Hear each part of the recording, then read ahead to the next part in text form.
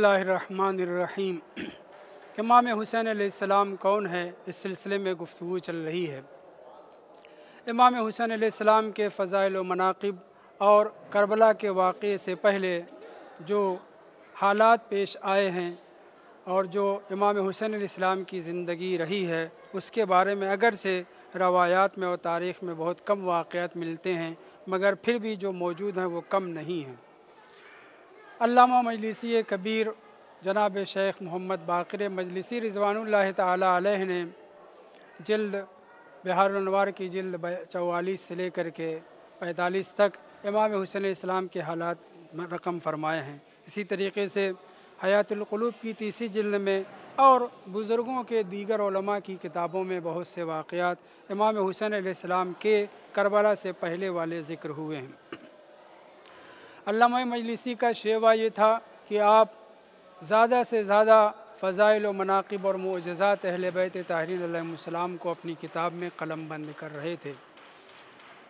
ढूँढ ढूँढ करके क़दीम किताबें आपने हासिल की और उनसे मतालिब को किताब में बिहारुल अनवार में नक़ल किया है। कभी ऐसा भी होता था कि बाज़ किताबें ऐसी मिली, बाज़ नुस्खे किताबों के ऐसे मिले कि जिसके अव्वल और आखिर के सफ़हात फटे हुए थे। नहीं मालूम हो पाता था कि ये कौन सी किताब है और इस किताब के मुअल्लिफ़ कौन हैं। उस पर जनाब अल्लामा मजलिसी ये करते थे कि किताब का मुतालिया करते थे, मज़मून किताब से, मतालिब किताब से अंदाज़ा कर लेते थे कि ये किस बुज़ुर्गवार की किताब लिखी है और किस सन में मसलन लिखी गई है।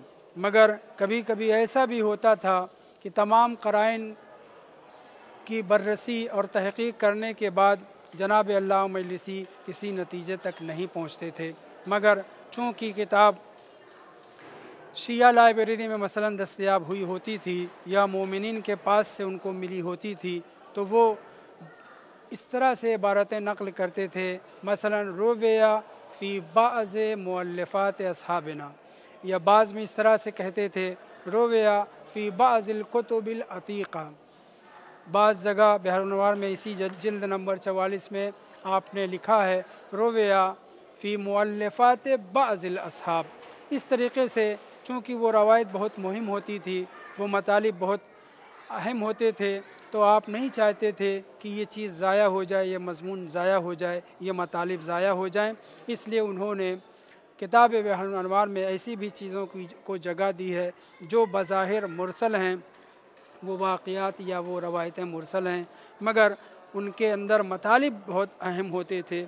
इसलिए जनाब अल्लामा मजलिसी उसे रोवेया करके नक़ल करते थे।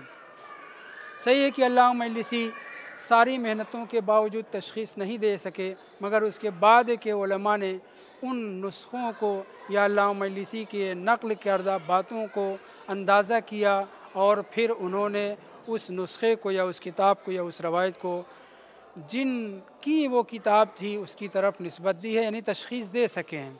अलबत्ता ऐसा कम हुआ है, ज़्यादातर ख़ुद अल्लामा मजलिसी ने किया है। उन्हीं रवायात में से एक रवायत ऐसी भी है जो माना व मतलब के एतबार से बहुत प्यारी है, मगर बहरहाल मुरसल है, और मुरसल के सिलसिले में घबराना भी नहीं चाहिए, क्योंकि मुरसल रवायात भी मुमकिन है दूसरी रवायात की जो सही हैं, मोतबर हैं, उनकी ताईद के तौर पर वारिद हों, उनकी ताकीद करें, या वो रवायत जो बज़ाहिर मुरसल हैं मगर दूसरी रवायत की बुनियाद पर इन रवायात की ताईद होती है। बहरहाल उन्हीं रवायात में से एक रवायत जो जिल्द 44 में अल्लामा मजलिसी ने इमाम हुसैन अलैहिस्सलाम के हवाले से नक़ल किया है, उसे पेश करना चाहता हूँ।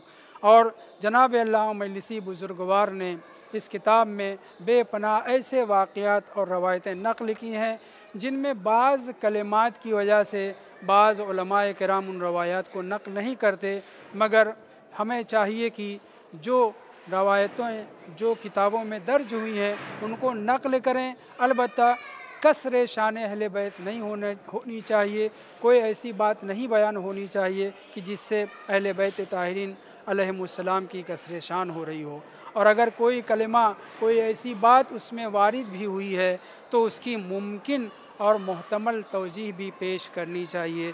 जैसे कि जो मैं रवायत पेश करना चाह रहा हूँ उसमें کان یلعب مع الحسین علیہ السلام کا لفظ استعمال ہوا ہے کہ ایک بچہ امام حسین علیہ السلام کے ساتھ کھیلا کرتا تھا۔ خوب، یہاں اس روایت کو اس لیے بعض علماء نقل نہیں کرتے کہ اس سے یہ پتہ چلتا ہے کہ امام حسین علیہ السلام معاذ اللہ و لعب میں کھیل میں مصروف رہتے تھے۔ نہیں، امام معصوم علیہ السلام کبھی بھی لہو و لعب نہیں کرتا۔ شان اہل بیت حتیٰ بچپنے میں بھی اہل بیت طاہرین کھیل کود سے کوئی تعلق نہیں رکھتے تھے۔ یہاں جو روایت میں آیا ہے وہ بچہ کھیلتا تھا، یہ آیا ہے مال حسین یعنی امام حسین علیہ السلام کے ساتھ، تو اس کا مطلب یہ نہیں کہ امام حسین علیہ السلام کھیل رہے تھے، بلکہ امام حسین علیہ السلام وہاں موجود تھے۔ بچوں کی مناسب تفریح میں اہل بیت دخالت نہیں کرتے تھے ولو ان کا بچپنا ہو، لیکن ایسا بھی نہیں ہے کہ مخل اور ان کے کام میں، ان کے کھیل میں خلل کا سبب بنے۔ بہرحال روایت میں اس طرح سے بھلے ہی ذکر ہوا ہے، لیکن اس سے کہیں یہ ثابت نہیں ہوتا کہ امام حسین علیہ السلام کھیل رہے تھے۔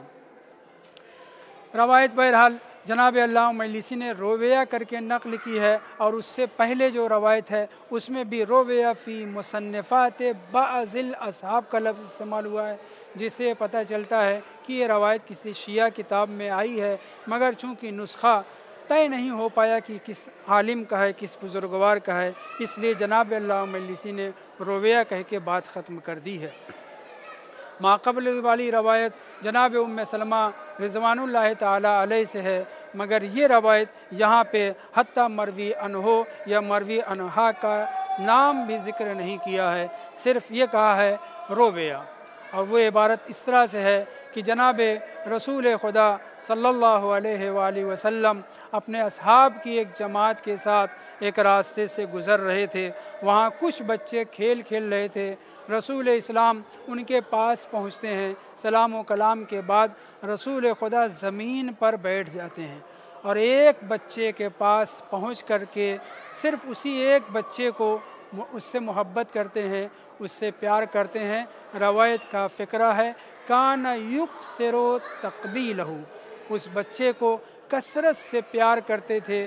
رسول اسلام اس کو بوسہ دے رہے تھے، کبھی اس کی پیشانی کا، کبھی اس کی دونوں آنکھ کے درمیان، یعنی وہی پیشانی کا بوسہ دے رہے تھے، کثرت سے بوسہ دے رہے تھے۔ کسی صحابی نے پوچھ لیا کہ اے اللہ کے رسول، آپ اس خاص بچے کو اتنا کیوں پیار کر رہے ہیں؟ تب آپ نے جو ارشاد فرمایا ہے اس کا ایک پیراگراف ایک بات کہتا چلوں کہ یہ بچہ امام حسین علیہ السلام سے بڑی محبت کرتا ہے، اس لیے میں اس بچے سے محبت کرتا ہوں۔ وصلی اللہ علی محمد وآلہ الطیبین الطاہرین۔